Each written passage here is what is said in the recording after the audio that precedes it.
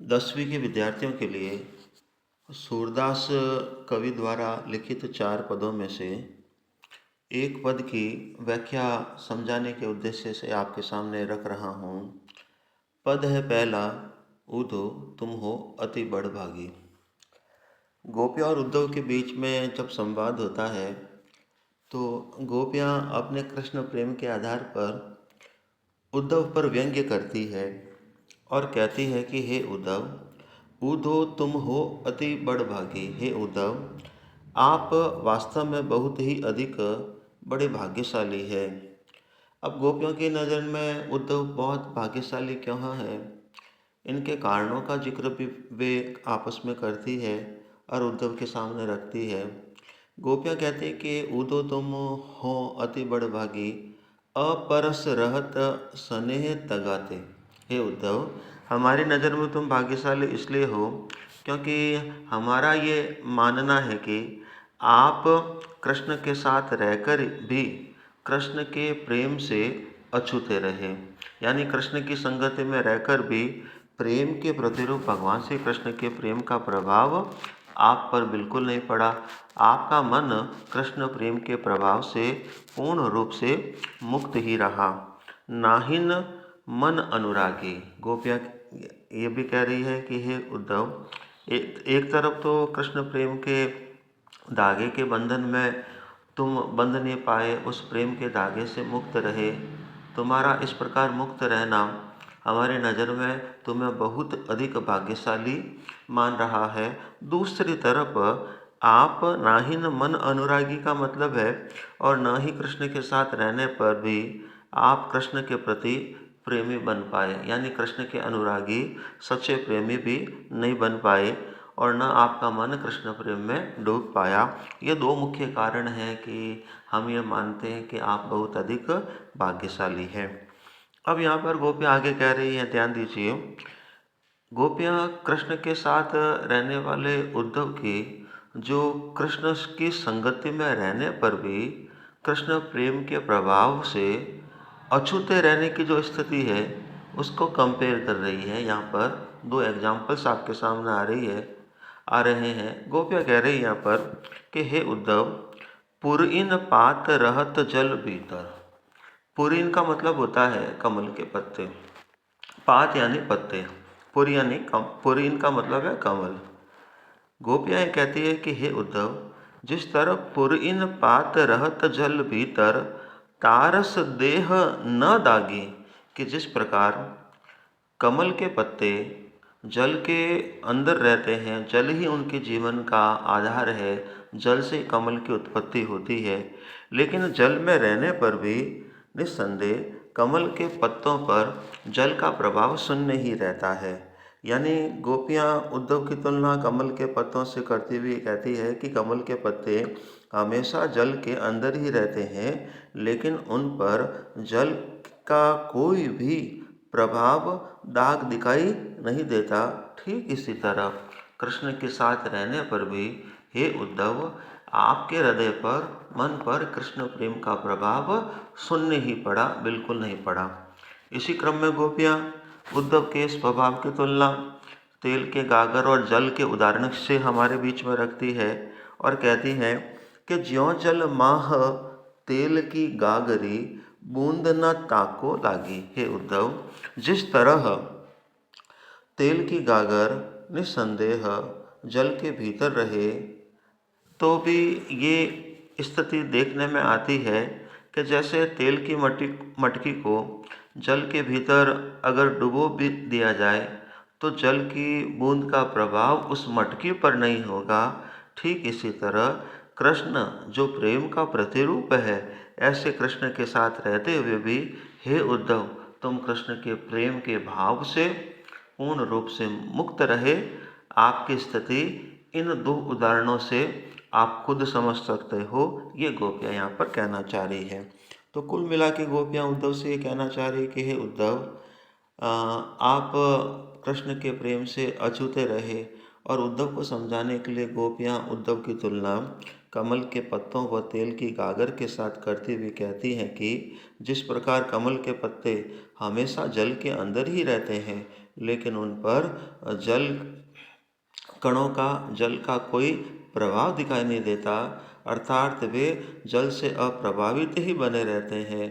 इसके अतिरिक्त जिस प्रकार तेल से भरी हुई गागर पानी के मध्य रहने पर भी उस पर पानी का प्रभाव नहीं पड़ता, उसी प्रकार श्री कृष्ण के साथ रहने पर भी हे उद्धव, तुम्हारे ऊपर उनके प्रेम का कोई प्रभाव नहीं पड़ा। अब गोपियाँ इसी क्रम में आगे बढ़ती हुई उद्धव पर व्यंग्य करती हुई कहती है कि हे उद्धव, प्रीति नदी में पाऊँ न बोरियो। प्रीति यानी प्रेम होता है, पाऊँ का मतलब है पाँव, बोरियो का मतलब है डुबोया। हे उद्धव, हमारी दृष्टि में तुम इतने अधिक ऐसे भाग्यशाली व्यक्ति हो कि तुम कृष्ण की प्रेम की नदी में सराबोर होने से अपने आप को हमेशा रोके रहे। अब वो कह रहे हैं कि प्रीति नदी में पाँव न बोरियो, दृष्टि न रूप परागी। दो प्रकार की बातें यहाँ पर उद्धव पर व्यंग्य करती हुई गोपियाँ कहती कि हे उद्धव, प्रीति नदी में पाँव न बोरियो। कृष्ण के साथ रहने पर भी कृष्ण प्रेम की नदी में तुमने अपने पाँव को डुबोया तक नहीं, और न ही तुम्हारी दृष्टि कृष्ण के रूप सौंदर्य पर कभी मोहित हुई। और दृष्टि न रूप परागी, परागी का मतलब है न्यौछावर हो जाना, मोहित हो जाना। गोपियाँ यहाँ पर कह रही कि हे उद्धव, कृष्ण जो प्रेम का प्रतिरूप है, उनका सौंदर्य हर देखने वाले व्यक्ति की दृष्टि को मोहित कर लेता है, लेकिन तुम एक ऐसे अनोखे व्यक्ति हो जो कृष्ण जो प्रेम का रूप है, उनके संलग्न साथ रहने पर भी, उनकी संगति से जुड़े रहने पर भी, उनके प्रेम की नदी में तुम अपना पाँव डुबो नहीं पाए, और न तुम्हारी दृष्टि भगवान श्री कृष्ण के मनमोहक रूप छवि पर आसक्त हो पाई, मोहित हो पाई। ये सबसे बड़ा विचित्र स्वभाव तुम्हारा हमारी नज़र में हम महसूस करती है। अंत में गोपियाँ कहती है कि तुम तो भली कृष्ण प्रेम की नदी में पाँव डुबो नहीं पाए, तुम्हारे नेत्र कृष्ण के रूप सौंदर्य कि दर्शनों के अभिलाषी नहीं बने, लालची नहीं बन पाए, लेकिन हमारी स्थिति तुम्हारी स्थिति से एकदम अलग है। हमारी स्थिति कैसी है? गोपियाँ कहती है, और गोपियों के उस कथन को सूरदास ने लिखते हुए कहा है, सूरदास अबला हम भोरी, गुर चाटी ज्यों पागी। सूरदास कहते हैं कि अंत में गोपियों ने अपने कृष्ण के प्रति समर्पित प्रेम को उदाहरण सहित स्पष्ट करते हुए कहा है कि हे उद्धव, हम तो बहुत अधिक भोली है, अबला यानी कमज़ोर है, और हम भोलेपन के अधीन होकर कृष्ण के प्रेम करने का परिणाम क्या होगा क्या नहीं होगा, इस पर बिना विचार किए ही हम भोलेपन के साथ कृष्ण प्रेम से जुड़ गई। अब कृष्ण प्रेम से जुड़ने के बाद हमें वियोग वेदना सहन करनी पड़ रही है, परंतु विरह वेदना सहन करने के बाद भी हम कृष्ण प्रेम से अपने आप को अलग नहीं कर पाती है। हमारी स्थिति ठीक उसी तरह है जैसे कोई चींटी गुड़ पर आसक्त हो जाए, गुड़ की मिठास के प्रलोभन में गुड़ से लिपट जाती है, लेकिन उससे पृथक यानी अलग नहीं हो पाती है।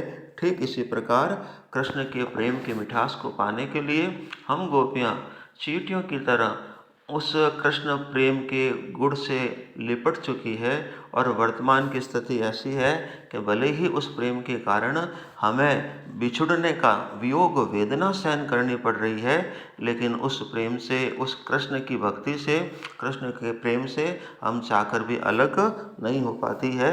यही हमारे प्रेम की विशेषता है। तो इस तरह गोपियाँ यहाँ पर उद्धव को भाग्यशाली मानती है कि वो कृष्ण के साथ रहने पर भी प्रेम के बंधन में, कृष्ण प्रेम के बंधन में बंध नहीं पाए। यदि वो भी गोपियों की तरह कृष्ण प्रेम के बंधन में बंध जाते, तो जैसे गोपियों के हिस्से में प्रेम के कारण आज वियोग वेदना आई है, ठीक वैसे ही उद्धव के जीवन में भी कृष्ण से बिछड़ने पर विरह का दुख आ सकता था। इसीलिए गोपियों ने उद्धव को भाग्यशाली कहा, और साथ ही उद्धव की तुलना अपने आप में तेल की गागर से की, जिस पर पानी का प्रभाव न के बराबर पड़ता है, और कमल के पत्तों से की, जो जल के संगति में रहने पर भी जल के प्रभाव से शून्य रहती है। और अंत में गोपियों ने अपने आप को कृष्ण प्रेम से जुड़ा हुआ बताकर ये कहा कि कृष्ण प्रेम से वे इस प्रकार जुड़ चुकी है जैसे चींटियाँ गुड़ की मिठास के प्रलोभन में गुड़ से लिपट जाती है और पुनः पृथक नहीं हो पाती है।